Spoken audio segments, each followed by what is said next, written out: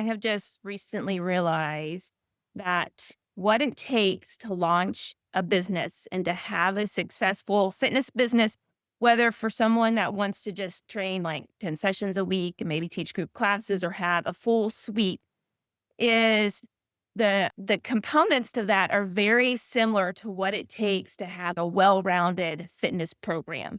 There's a lot of similarities between the two. So I'm excited for us to discuss and share how you starting a business is having a well-rounded fitness program. What you need to start the business and for it to be successful has components that are like in a well-rounded fitness program. Most definitely. So I think we'll give the audience some context. Okay. I have been a personal trainer. I've been in the fitness industry for, oh my gosh, 15 years or so like that. As first teaching group exercise classes, I'm a nurse turned fitness professional. And I think a lot of people in our industry are they're career changers because we find that we love the passion about this. And so shorten all that in is to share that, yes, I got into fitness probably 15 years ago, just teaching group exercise classes. Then the next obvious step was to kind of get into personal training and did the typical starting in a gym, working in a gym setting, moved to another one where I actually did management for quite a while and realized that it was too much for me and for my family. And as a lot of people feel about working in a gym, one, the demands on you can be a lot. And two, you don't make a lot of money as you feel. You don't make as much as you're worth. And so I decided with encouragement for some other people, like, what if you left and went on your own? So I've been working for myself for over 8 years now, and I love all of it. And I have noticed over the years, colleagues coming to me asking me, what do you do to go on your own? There's not a resource out there to help us like start a business because there's a lot of components and a lot of pieces to it and not understanding on it. And so one day, because I was working out, as great things happen, ideas come to you when you're working out. I was like, this solo trainer was born, and I wanted to provide a resource website that was going to give trainers the information that they needed to start a business to help it grow to thrive and just give away as much information as I can as I have been privileged and from people giving me experience and giving me advice. And I just want to pass that on so that trainers have something that is thriving, that makes them money, that allows them to do what they're really passionate about. And that's theirs. So that's the background of where I'm from. Solo trainer. I love it. And I think to wrap into this too is important because our colleagues listen to this. This is a Fit Pro podcast, pretty much. And clients too. Actually, a lot of my clients listen to it and they enjoy hearing me talking to other colleagues related to it. But we know that our business has some of the highest satisfaction scores, but also some of the highest dropout. It's actually astonishing the numbers upwards of 80%. This is going to be very helpful for our pros to help you feel like you can do what you really love to do and not experience that tremendous amount of burnout or just, I don't know what to do.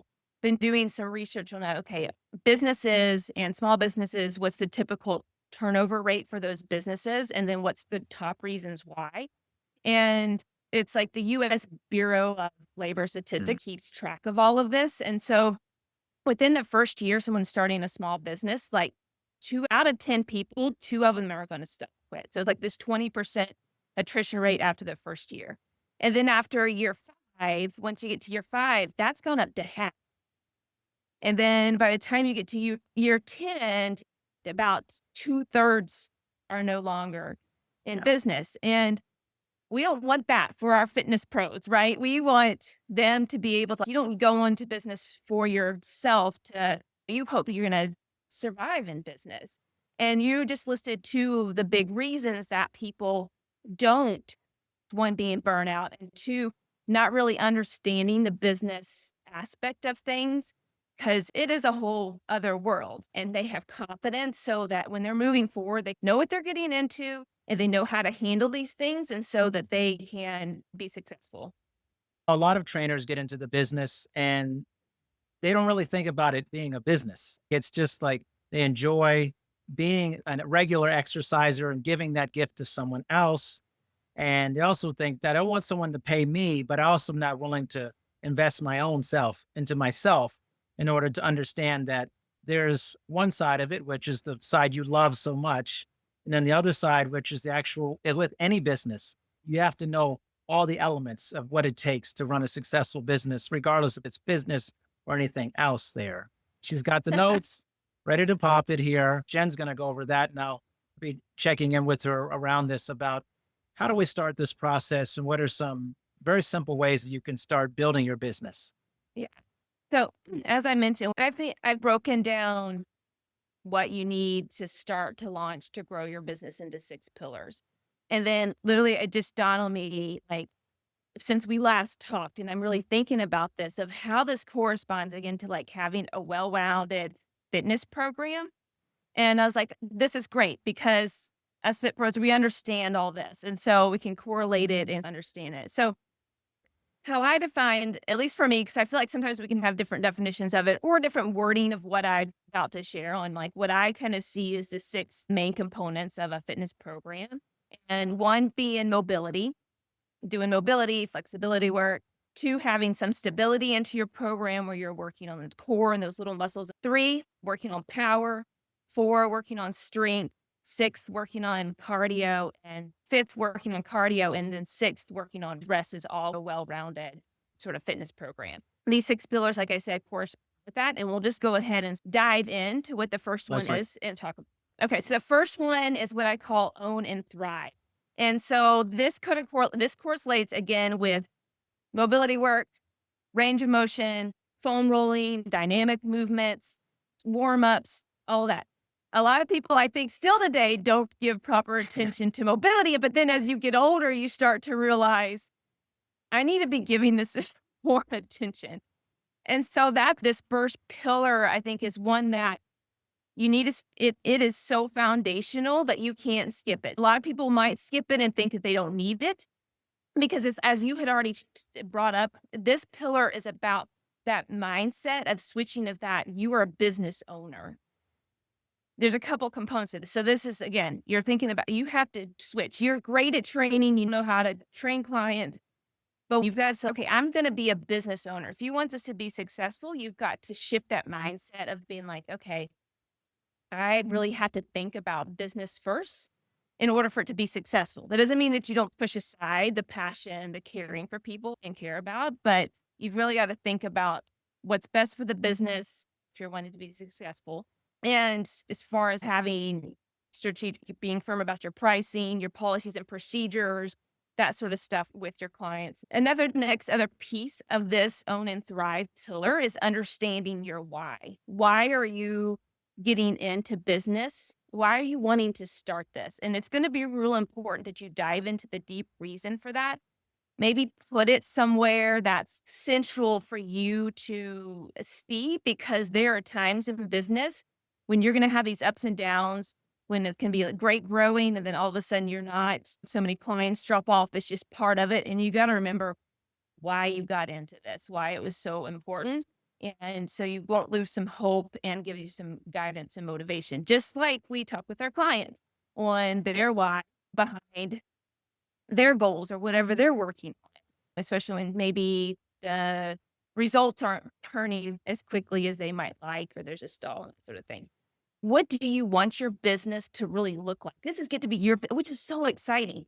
Like when you're starting, you get to make this whatever you want it to be. So what is it that you want it to be? What would you like? Do you just want to be training clients one-on-one? Do you want to start group classes? Do you want to start an online program?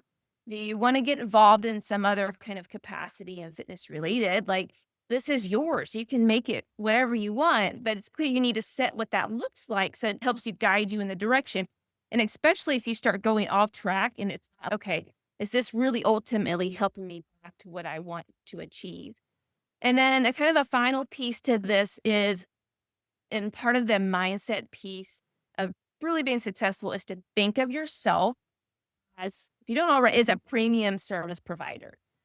Like personal training, especially personal training, is a luxury item. I've had a client, honestly, one of my more recent ones in the last year that he was like just sharing that with me. It really is. So is the level that your service you're providing, is it showing this kind of luxury? What would your expectations be if somebody's paying $100 an hour to work with you? That you're just in every interaction that you do, whether you're trying to network with someone, you're trying to work with a potential client, your current clients, are you showing this level of value? And it helps to also show that, especially like I think in our industry, and Darren, you and I've talked about this is like we believe we should be paid more in our industry, but we've got to show that we need to be paid more. We've got to make sure we're demonstrating that value, that kind of going above and beyond in order to people understand, oh yeah, okay, yeah, you're totally worth way more than you're worth with what you're paying me versus $15 or something like that. You need to evaluate if you actually should be going into business for yourself. You need to, Yeah, because not everyone should be going into business for themselves. And there's no shame in that. If you right. end up being a commercial club trainer, a boutique trainer, or you working for someone most of your career, there's nothing wrong with that. There's nothing wrong with that. Don't let anybody tell you that, but you should be honest. Check in with yourself if you actually want to do what is required to have your own business. So part of that wise evaluation of should I be Yes. doing this too? Yeah, totally 100% agree with you. And that was one of the things also with being able sharing all of this knowledge because it's a lot. And is this something that you're like, whoa, want to take on? Because when I would talk to people and say, yeah, this is what it takes. They're like, oh, wow, I didn't realize it. And like you said, you really got to realize, is that a good fit for you? It may not be. You might thrive better staying in a gym setting. That might be your cup of tea versus going out on your own. And I think that's extremely important evaluation to make for you. Yeah, because we in our society, which is great, we're pushing a lot of entrepreneurship and small Yeah. business ownership. Wonderful. That is great. But I think sometimes we have people who they get into it and they go, this is what I'm supposed to do. I'm being told to do this. Like, you have agency. You have to figure this out on your Yeah. own and realize maybe this is not for me. And there's nothing wrong with trying and then deciding that's not your thing as well. It's good to have a conversation that really looks inward, because some people are going to absolutely thrive in doing this. And some people realize, whoa, I don't want to deal with all the aspects here of setting up my LLC or my S Corp and all these things and doing my liability insurance. I just don't like the admin part of it. I love that type of stuff. So it never bothered me. I think we're very similar, Jen, Yeah, we're honestly. similar like that. Yeah. You bring it up LLC, and that totally leads into the next pillar. Perfect. This is what I'm You doing just here. set me up. He doesn't have the notes or anything. He has no idea. All right. So pillar two is what I talk about establish and protect. And so the similarity of this and well-rounded fitness program is having things that work on stability. And stability, thinking of those from core moves where you're working on anti-rotation, planks, that kind of core stability, right? We also need stability that's in our hips and our shoulders. And they're usually the little tiny muscles. And they're usually also sometimes movements like clams, for example, that aren't real sexy and a lot of people don't enjoy. So this is important, those stabilizer muscles to really help you ground you, having this really good foundation, as well as some other movements as balance work and things like that. But so establish and protect, as the name implies, is about setting your business up legally and professionally. If you're going to be serious about a business, it's what you have to do. It's not the fun stuff, but it's so required and necessary. And the main thing is it's a protection piece. It's a piece that's going to protect you and your assets in the case of anything happening. God forbid it doesn't, but you need to be prepared. But as Darian already listed, one of the very first things you have to decide, and again, I'll do the disclaimer, I'm not an attorney nor an accountant. So, you should seek advice for gets more specific. Be sure that you're making the right choice, but it is determining what your legal structure is. Are you going to you can be a sole proprietor. You can do that and not have an LLC or an S Corp and go that route, but it's usually not as recommended, but just for protection of assets and things like that. And we won't dive into the difference of an LLC and an S Corp and that kind of thing. But you definitely have to set that up. You don't, I think the states vary on how you can do that. If, you can just do it yourself. Some people think you have to see an attorney to get that done. but you want to check with your state as far as that goes. Then the next is like the other kind of things of getting a tax ID number. If you're not familiar with that, you can get that free through the IRS. It's like your social security number for your business. You want to open up a business bank account. It's very important that you keep your business expenses separated from your personal expenses. And then you need to see if there's any local licenses and permits that you need to get in order to run your business. I've got one for myself for the county that I live in, so I have to have that. And then it's the legal documents that you need. You want to have a good policies and procedures and liability waivers that your clients sign. If you do health, wellness, nutrition coaching, you're also going to want a coaching agreement for that. There's consent forms for using testimonials. The website, if you have a website, there's legal forms you're going to need for that. And in addition, you want to have a really good assessment form that you have, of course, have your clients fill out and PAR-Q, that kind of thing.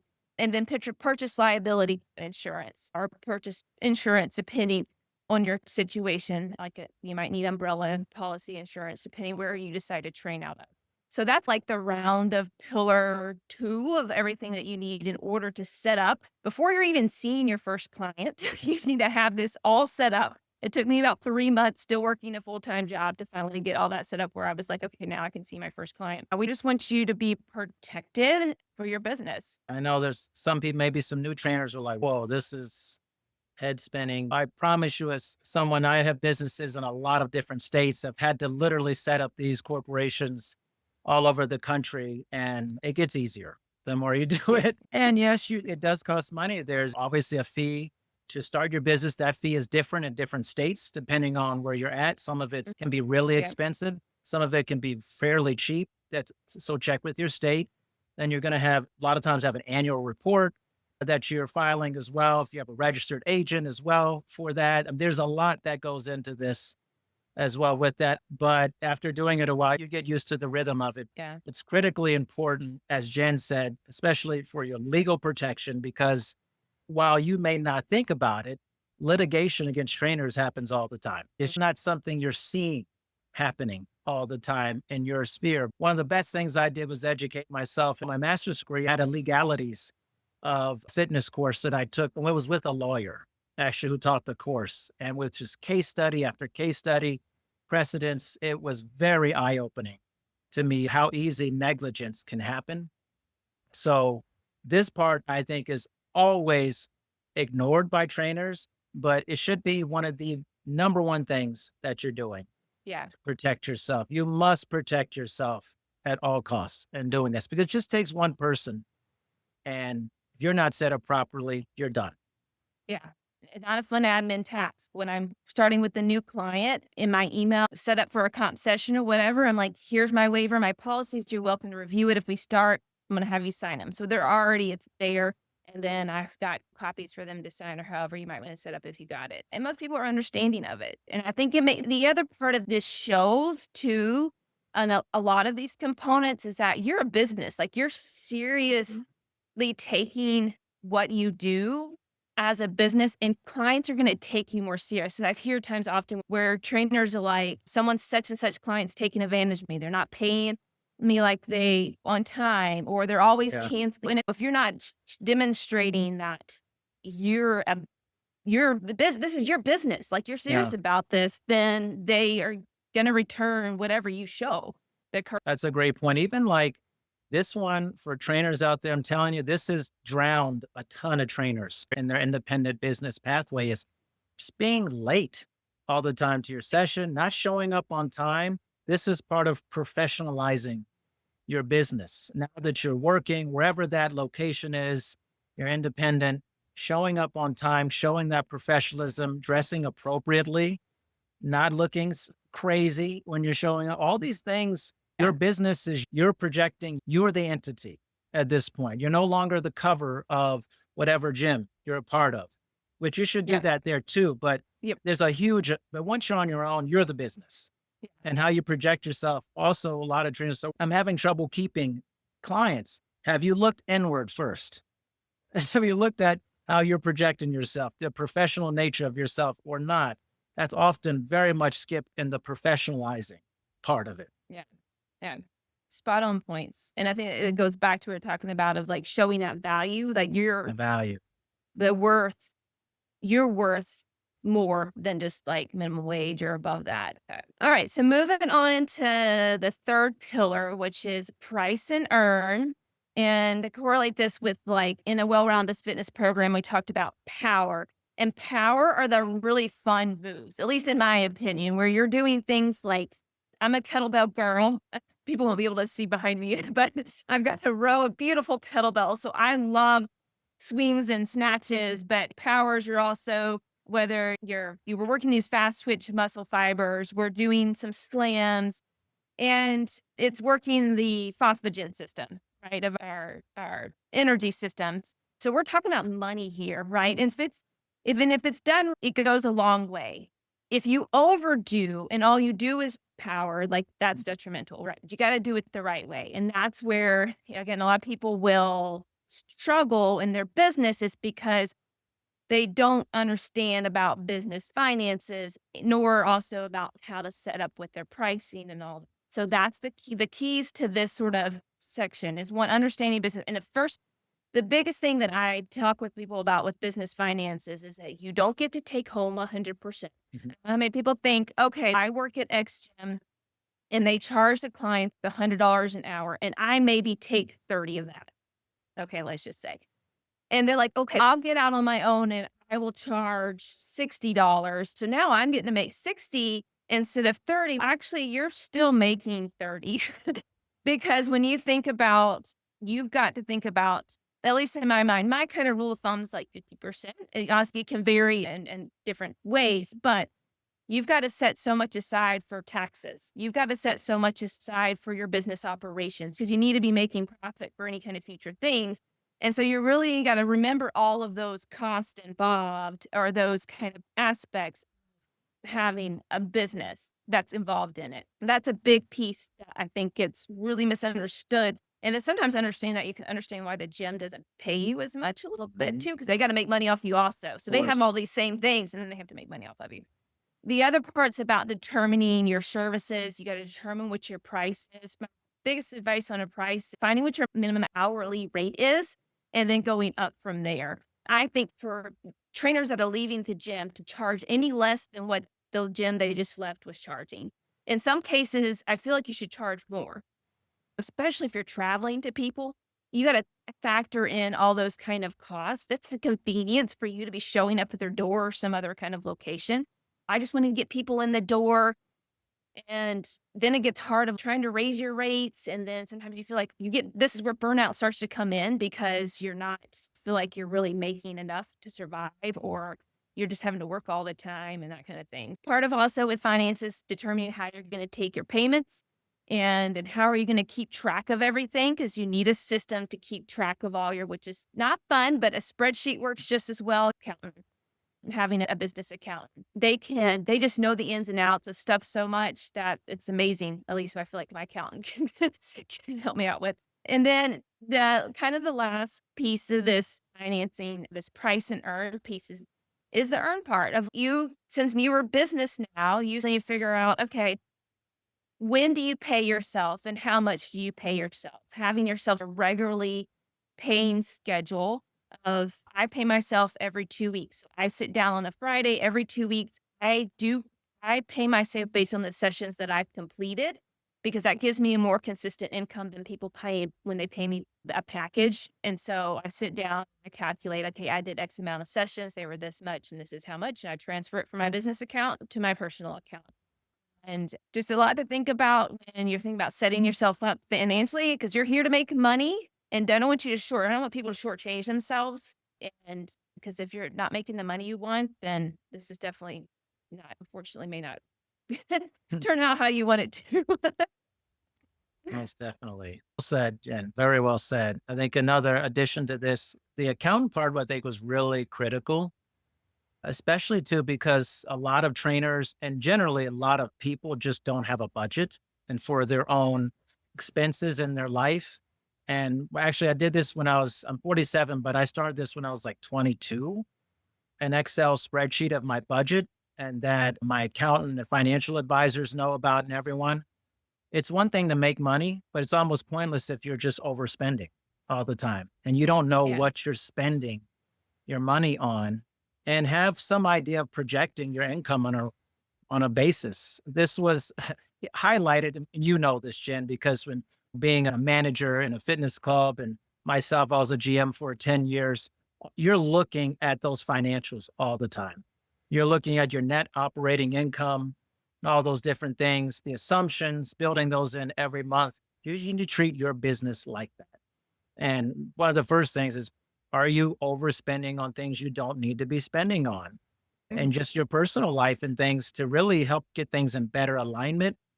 Because I always see people want to make money, but then they're making money, but they're overspending all the time too. Yeah.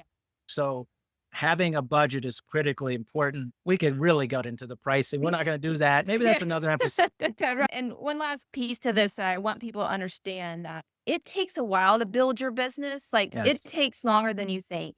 And for me, it was like 3 years, which is actually the norm where you start making what you set out your first goal. And so you've got to think about that when you're like, if you're thinking about going on your own, you might need to be saving up. You need to be prepared for this slump and thinking about, as you're talking about your budget and cutting back, what can I cut? Because I want this to be successful. What sacrifices do I need to make for the long term success that you want to achieve? So, Yeah, all most right. definitely.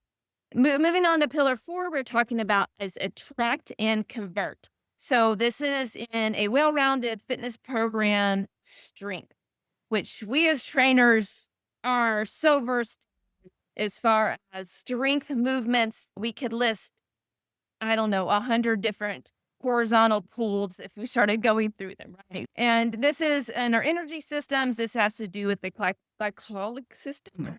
Thank you. Yeah, yeah. So this is where your strength training kind of works on this system. Now we're building these muscles, and that's usually building these muscles so that we can attract clients, like to attract people in general. That's one of our reasons to want to do that.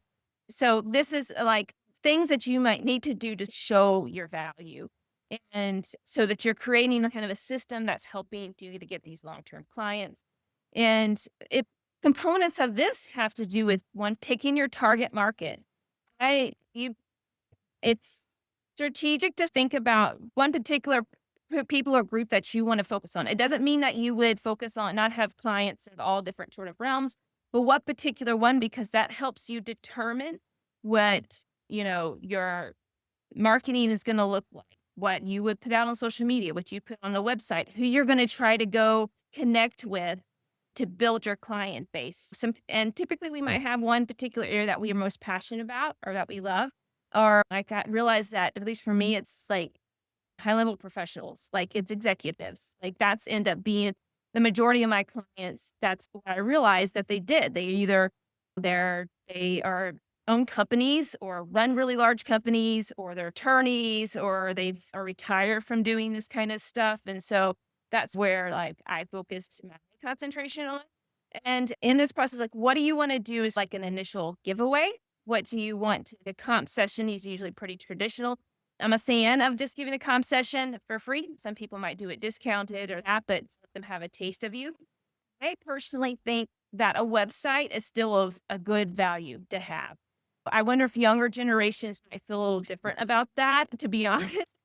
So maybe we're in the same generation, but the website is more for when I'm handing out my card or someone's referring me. They usually typically send them to my website. And it doesn't have to be too complicated. You want it to be simple anyway, but you want to have it really nice looking, because a lot of us, we want to check things out from afar first and see what it is before we decide we're going to jump in and call someone or contact somebody. And it's just a great way to highlight what your services are. I'm also a fan of putting what your pricing is on your website so people already know. So if they're contacted you, that's not negotiable, an issue, that sort of thing. Part of this is social media. Do you get active on it? Do you not get active on it? I've got mixed feelings about, you and I have, Darian, have the same feelings about that. Like I have social media accounts, but I'm rarely on it because there's really not, that's a whole other discussion. And that's a good place to kind of start, but you want to be sure. And that's the next thing I'll be getting into, is really focusing on stuff that's really going to draw you business. Social media is typically not your place. That's definitely that return of investment is there. And then, so it's great that you've got that someone might have all the stuff that they crafted. Okay, how am I attracting them? Who's my audience? What am I going to offer them?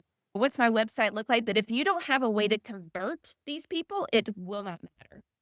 And so that's a huge portion of this is what does that sales funnel, that's a business term that you may people might not be familiar with, but what does it look like the process from when they contact you to you're gone to the end of your comp session to even past that? What does that look like?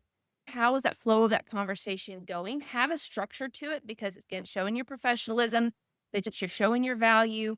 Can you easily just bring up pricing and that sort of thing? Hopefully get them in for a comp session if that's what you choose to do. What's the flow of your comp session? Putting them through an assessment? Are you putting them through what does that look like? And then how do you flow from there into like, all right, let's make a definite decision. You're asking them like, all right, what do you think? Are we ready to move forward? And maybe confirming pricing again. And then what does that look like afterwards? And even if they say no, what does that look like after? So that's client conversion system is extremely important for you to think through and have feel so that you can show your value and they'd be like, oh, I got to have you. So that's the summary, the roundabout pillar number 4. That was really excellent, Jen. And hope everyone is getting a lot of wisdom out of this here. I think just to quickly add to that is part of that attraction too was understanding what is it that people are attracted to you. But like, what about you is Yeah. attractive to other people? And just think about this, not even just in your business, but in your life. This is a really critical thing to intuitively what draws people towards you. You can use this as part of your way to attract clients as well as that. Everyone has strengths and you need to use Yeah. those strengths as long as they're positive things for you that pull people towards you. But it's a really critical thing to think about that. What is it that pulls people towards me? And also understanding what are some things that I need to work on myself that may be hurting my ability to pull people towards me, some things This that is I important. haven't worked on myself to do that. Equally as important as well. Absolutely. All right, we'll move on to pillar 5, and that's on build and grow. So that's the component of a well-rounded fitness program. This is where your cardio comes in. This is where we're working on endurance, long, steady state. We are working on improving that cardiovascular system. This is what's going to help us in the long haul as far as our business endurance is helping to create sort of a network that kind of helps you continuously bring in some clients. And to go over those, some few ideas of this is one is like obtaining testimonials. Testimonials go a long way. So anytime you work with someone, get those. If you're leaving a gym, I know like the non-compete sort of changing these days on how in some areas of whether you have that or not. If you have a non-compete and you need to respect where you used to work and all that, they will come find you afterwards. But a good way, even with those that you're leaving, you could ask them for testimonials and also say, I'm going on, can asking for referrals. Referrals are the number one way to get business. Hands down. They are because someone's already vetted for you.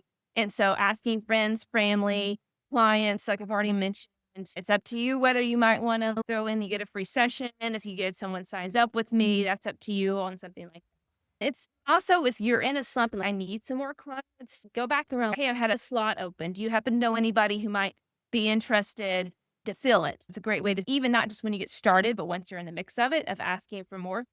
The other part's like building a good network within the community that you live in. Go talk with chiropractors and physical therapists and other wellness practitioners and go meet with them. Take the time and introduce yourself or connect with them and also show them and explain to them how you're not like a lot of other trainers. I think we do, unfortunately, our industry, sometimes we shoot ourselves in the foot on how a lot of people vision when they say personal trainer, a lot of physical therapists like, oh, we don't know what we're doing. I think it's important to find those opportunities where you're getting in front of people as best as you can, even if it's in your community somehow, among whatever that you can volunteer, that you can provide donations to an event. So what can you do? You got to think outside the box of trying to create this referral network to help you pull in business. Most definitely. And I think I'm going to say this for our very young trainers in your early 20s, this is the getting out and chatting with people and hitting the pavement, if you will, is our Yeah. Gen X situation here. But Yeah. This was a critical element of growing my business early in Yeah. the years, just getting out there. I was in Vegas. I was hitting nightclubs for networking events and stuff. I'm going Chamber of Commerce. I'm meeting everybody who does what I do. This will actually be more valuable now than maybe it was back then because less people are doing it. They're relying so much on social media. Jen said that's something we could discuss another time, but I promise you the return on investment for real life in person meeting people is way bigger than social media return on investment. 100%. Yes, 100%. And it's scary and it's like it's easy to hide behind something and hope that people come to you, but you've got to get out there. And it's also great because you end up being, it's also makes looks to your clients like, oh yeah, you're having go see this physical therapist or go see this chiropractor. Like you're showing yourself more of a professional when you can't then refer them to somebody that you know is of good quality and can greatly help them. All right. Final pillar is pillar 6, systemize and sustain. In correlation with on a fitness program, this has to do with rest, recovery, and just like the first one where we discussed about mobility, where I think a lot of people skip it, a lot of people think that they don't need rest and recovery, but as we get older, we need more of that as well. So I always feel like that these are two essential cornerstones of business because this is what's going to help you prevent burnout in your business. It's creating boundaries and having systems in place that so that you can not spend your energy in so much other things and you can just train your client. And one of the first components is that you set what are your working hours? The boundaries as much as what are your working hours? What do you want your ideal? Do you want to do 7 days a week?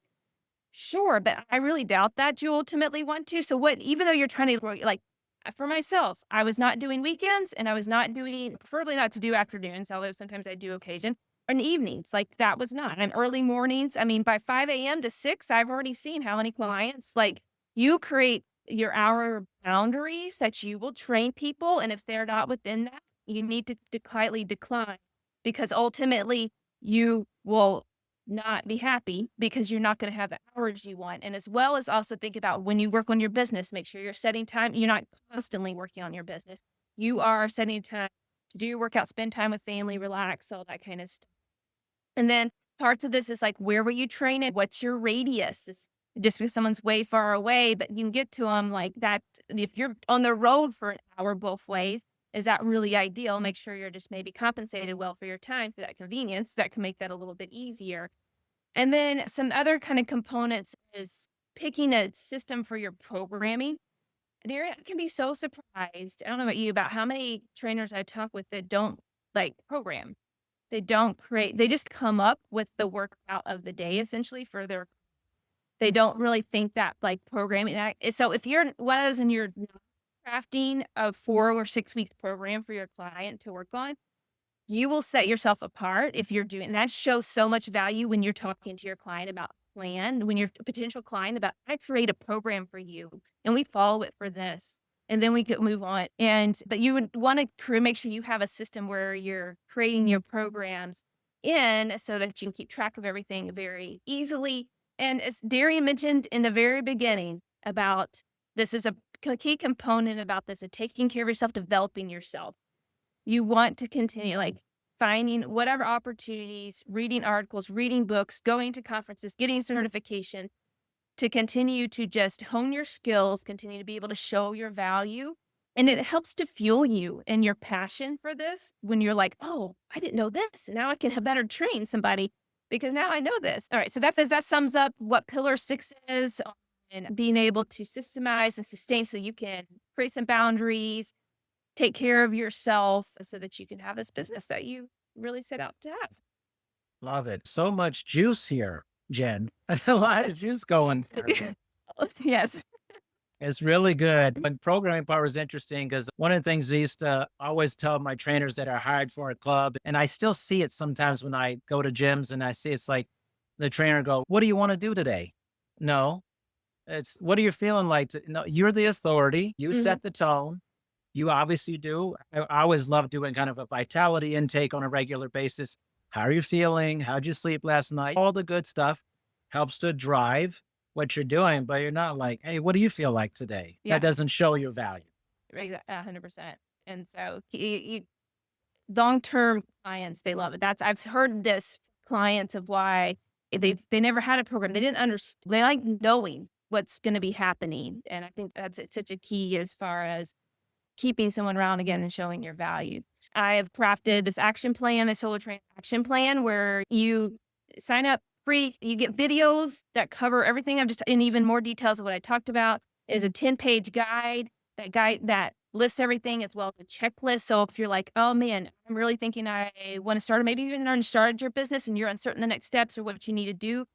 And so I know Darian will have all the links to stuff for you guys. And I'm just so excited about this resource again. I'm trying to just give out as much knowledge as I can because I want my Fit Pros, my family of that to be successful because it all helps us all out. So Yes. And believe that. Everyone listening, really believe Jen. People like Jen, myself, and so many other people, they want you to succeed. You have to believe that. And I know we're in a business that feels scammy half the time too. And yeah. you got people preying on us, trying to, oh, you want to make your next 10 grand, you want to level up this. I get that's out there, but that's why we have podcasts like this. You could see us, you hear us, you could look through our websites and our LinkedIn's and all that and check the people we connect with. This is for you because our industry's better when you're better. And that actually still exists in life. People do want Yeah. other people to Let's do succeed. it. That Yeah. does exist. You don't have to be so skeptical about life. There are people that want you to do well. We are those people. Jen, Mhm. thank you for giving me your time, which is an Welcome. incredible currency. One of the Oh, greatest currency. As you mentioned, the boundary of time is okay. something I'm very sensitive to. So Yeah. the fact that you gave me this time, I relish it. Thank you. Thank you for the opportunity. I really appreciate it. And I look forward to more conversations because No doubt about it. Thanks a lot, Jen. you're welcome.